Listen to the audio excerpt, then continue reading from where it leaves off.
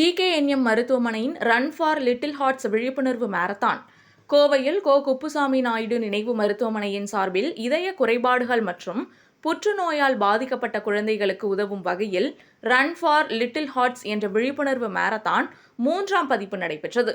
குழந்தைகளுக்கு ஏற்படும் இதய குறைபாடுகளை முன்கூட்டியே கண்டறிந்து உரிய நேரத்தில் சரியான சிகிச்சைகளை அளிப்பதன் மூலம் முற்றிலுமாக அவர்களை குணப்படுத்த முடியும். எனவே பொதுமக்களுக்கு போதிய விழிப்புணர்வு ஏற்படுத்த வேண்டும் என்பதற்காக பாப்பநாயக்கன்பாளையம் மணி மேல்நிலைப் பள்ளியில் இந்த மாரத்தான் நிகழ்ச்சி நடைபெற்றது. LMW, லக்ஷ்மி மில்ஸ் மற்றும் லக்ஷ்மி கார்ட்ஸ் கிளாத்திங் ஆகிய நிறுவனங்கள் இணைந்து நடத்தியது குறிப்பிடத்தக்கது. இந்நிகழ்ச்சியின் சிறப்பு விருந்தினராக கோவை போக்குவரத்து காவல்துறை உதவி ஆணையாளர் கோகுலகிருஷ்ணன் மற்றும் ஜிகேஎன்எம் மருத்துவமனையின் முதன்மை செயல் அதிகாரி டாக்டர் ரகுபதி வேலுச்சாமி ஆகியோர் முக்கிய பிரமுகர்களுடன் இணைந்து மாரத்தான் நிகழ்ச்சியை கொடியசைத்து துவக்கி வைத்தனர்.